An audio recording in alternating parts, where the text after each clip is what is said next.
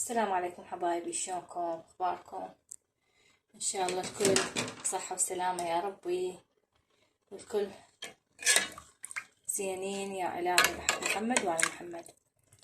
هاي هنا مثل ما تشوفون عندنا صدر الدجاج. طبعا احنا صدر الدجاج ما ناكله،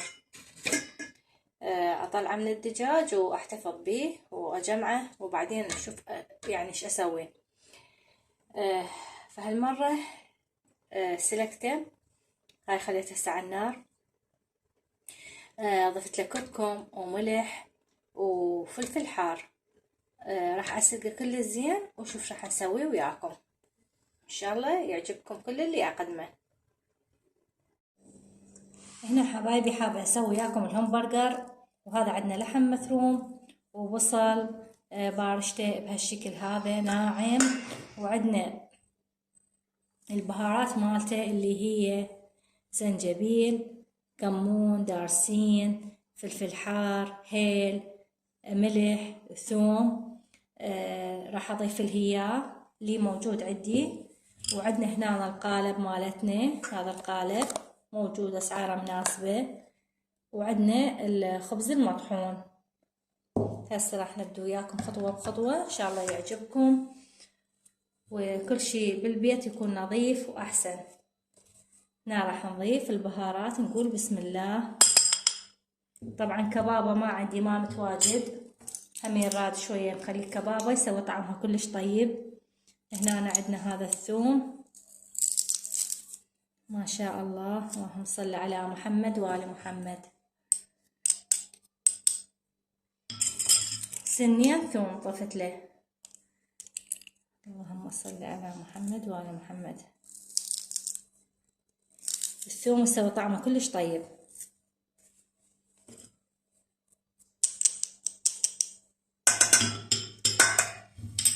راح اضيف له الخبز المطحون حسب ما يلزم عندي. اشوفه هاي 2، هاي 3، بس مو ترس، ملاعق. ونشوفه راح نبدي نخلطه سوا. طبعا هاي الوجبات السريعة تفيدنا، لفات الأولاد، للخطاب، للعشاء، تفيدنا هاي الأشياء. طبعا ريحة الهيل والدارسين بالهمبرجر كلش طيبة، جربوها. راح نبدأ نخلطه كلش زين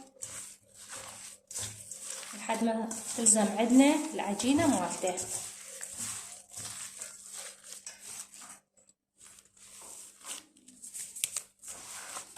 طبعا هنا نبقى نعجن بيه لحد ما يتماسك عندنا اللحم ويا المواد وتصير لنا عجينة متماسكة هالشكل هذا. شوفوا عجينته شلون تماسكت حتى ما تتفكك عندنا من نقلي.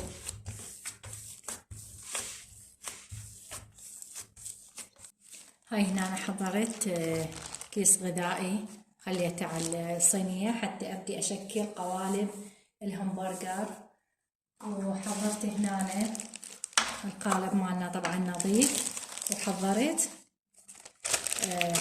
كيس ثاني حتى اسوي عليه القالب وانزله يكون الي بسهولة ما يلتصق على القالب هنا. زين عيني. هسه نبدي وياكم اسوي وياكم نموذج حتى تشوفونه، ان شاء الله يعجبكم كل اللي نقدمه. اللهم صل على محمد وعلى محمد. ناخذ ثلاث قسم نكوره هالشكل هذا، شوفوا حسب الحجم اللي تريدونه. خليه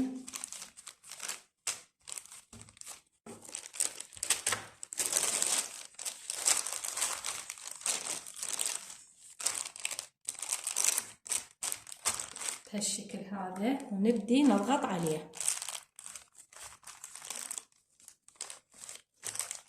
نضغط كل زين حتى يطلع لنا الشكل والقالب. والهمبرجرايه تكون يعني مضغوطه مكبوسه عدل. زين عيني.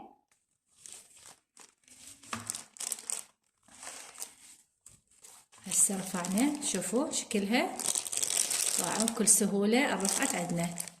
هذا قالب، شوفوا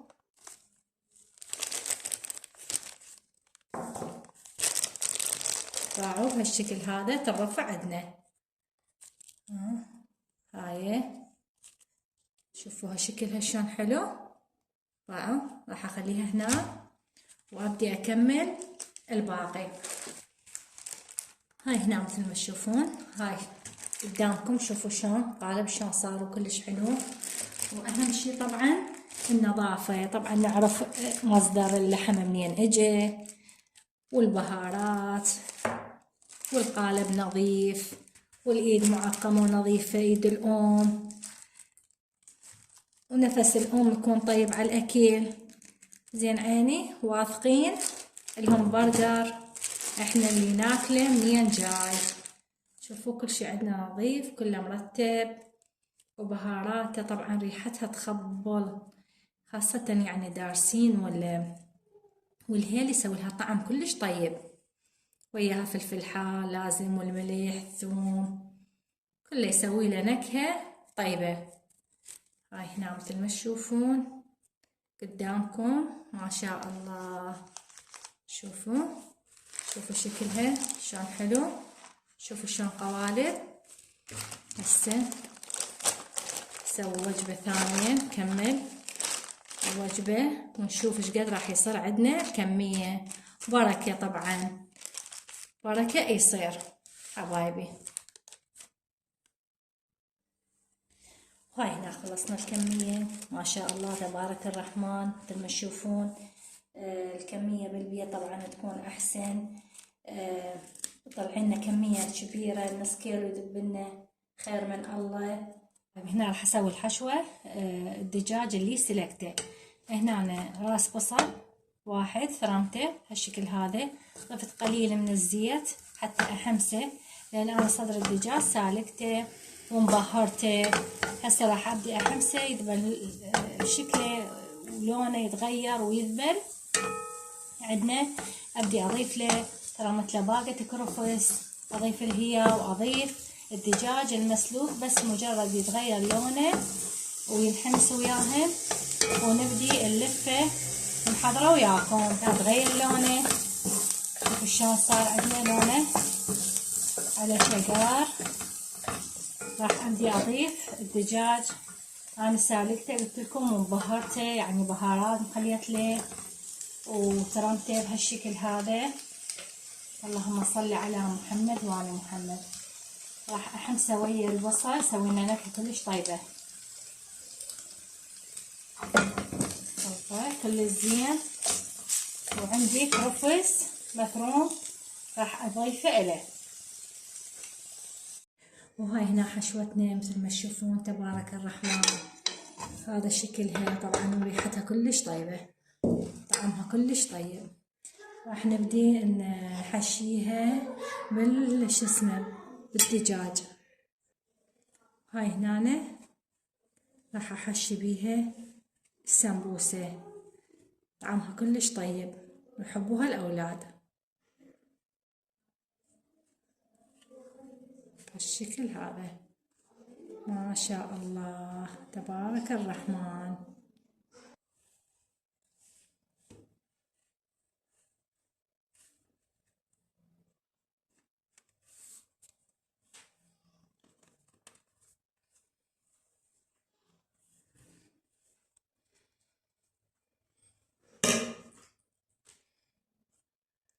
بس نرطبها من هنا حتى تثبت عندنا، تلزم عندنا بالشكل هذا.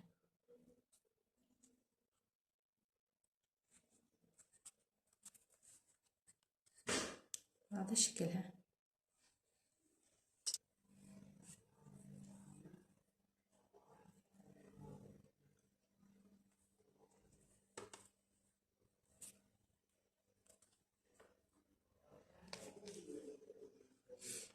هاي هنا سوينا هاي الصينية ما شاء الله تبارك الرحمن. طبعا كمية عندنا بعد موجودة خير من الله. هاي مثل ما تشوفون راح نسوي هاي، شوفوا هالكمية ما شاء الله. وعندنا هنا سوينا، وهنا أنا سويت الكبة تمن المعروف، عجينتها معروفة وطبخها معروف، تمن وبتيتا وكركم وملح، سلقته بدون أي دهن وعجنته. وهسه راح نبدي اللفة. هاي لفتها بسيطة الكبة هالشكل هذا، واحنا منزلين الطريقة مالتها. راح نحشيها بصدر الدجاج كلش طيب، اللي ما يحب صدر الدجاج يسوي بهالطريقة كبة طعمه كلش طيب يصير. هاي شوفوها شلون حلوة، هذا شكلها ما شاء الله. هاي هنا جينا لنهاية الفيديو مالتنا، وأتمنى يعجبكم، وأتمنى ما يكون طويل عليكم وروتين من أيامي. ومثل ما قلت لكم مثل هيك الشغلات تفيدنا وتفيد أطفالنا، وسهمنا وسهمكم العافية، ومع ألف سلامة.